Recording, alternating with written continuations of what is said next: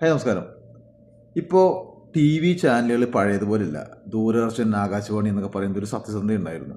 ഇപ്പം അതുപോലില്ല. ഇപ്പോൾ പെട്ടിക്കട തുറന്നു വെച്ച പോലെയാണ് ചാനലുകൾ. അപ്പോൾ ഇവർക്ക് വാർത്തയ്ക്ക് ഭയങ്കര ക്ഷാമമാണ്. അപ്പോൾ ഇവർക്ക് എന്ത് കിട്ടിയാലും വാർത്തയാക്കും വരും. അപ്പോൾ ഇന്ന കാര്യമൊന്നുമില്ല, ഒരു ചെറിയൊരു കാര്യം മതി. നമ്മൾ ഒരു മുണ്ട് മടക്കി കുത്തുന്ന മാറിക്കഴിഞ്ഞാൽ അത് ചാനലിൽ ന്യൂസായി. അതാണ് ഇപ്പോഴത്തെ കാലം. അപ്പോൾ ന്യൂസിന് വേണ്ടി ഓടി നടക്കുകയാണ്.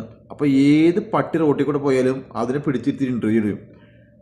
ഓക്കെ, നിനക്ക് പേ ഉണ്ടോ, പേ ഇല്ലേ, അടുത്ത പട്ടി എന്ത് ചെയ്യുന്നു, അങ്ങനത്തെ ഇൻ്റർവ്യൂ വരെ ഇപ്പോൾ നടന്നുകൊണ്ടിരിക്കുന്ന ഒരു കാലഘട്ടമാണ്. എക്സാമ്പിൾ, അപ്പോൾ അതിലൊരു ഇൻ്റർവ്യൂ ആണ് മൈത്രേയൻ.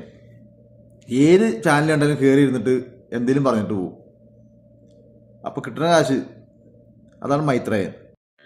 അതുപോലെ തന്നെ ഏത് ചാനലിൽ കയറിയിരുന്ന് എന്ത് മണ്ടത്തരവും പൊട്ടത്തരവും എന്ത് ഊളത്തരവും വിളിച്ച് പറയാം എന്ന് വിചാരിക്കുന്ന ആളാണ് മൈത്രേയൻ. അപ്പോൾ വഴിയിൽ കൂടെ പോകുമ്പോൾ ഒരു ചാനൽ കണ്ടാൽ അതിൽ കയറിയിരിക്കും, എന്നിട്ട് എന്തെങ്കിലുമൊക്കെ വിഡ്ഢിത്തരം വിളിച്ച് പറയും.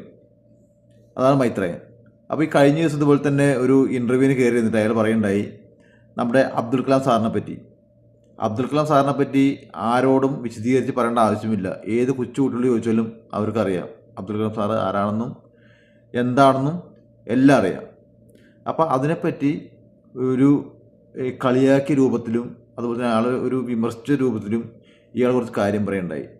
അപ്പോൾ ഈ മൈത്രേയൻ എന്ന് പറയുന്ന ഈ മോൻ ഇങ്ങനെ പറയണമെങ്കിൽ ഇയാൾക്ക് എന്ത് യോഗ്യതയാണുള്ളത്? അതേപോലെ തന്നെ ഇയാൾ തലയിൽ കൊണ്ടു നടക്കുന്ന ആൾക്കാർ വേടനെ പോലത്തെ ആൾക്കാരാണ്.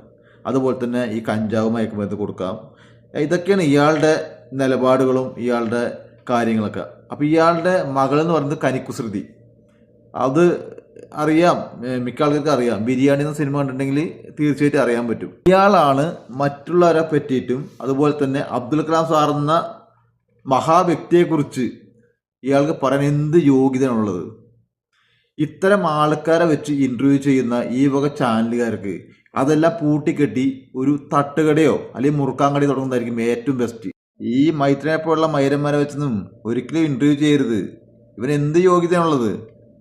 ഇതിൽ ചാനലൊക്കെ പൂട്ടിക്കെട്ടി പോയിക്കൂടെ സുഹൃത്തെ? എൻ്റെ കൊച്ചു കൊച്ചു വിമർശനങ്ങളാണ് ഞാൻ ഈ ചാനലിൽ കൂടെ പറയുന്നത്. നിങ്ങൾക്ക് ഇഷ്ടമാണെങ്കിൽ സപ്പോർട്ട് ചെയ്യുക, ഒന്ന് സബ്സ്ക്രൈബ് ചെയ്യുക. ഓക്കെ.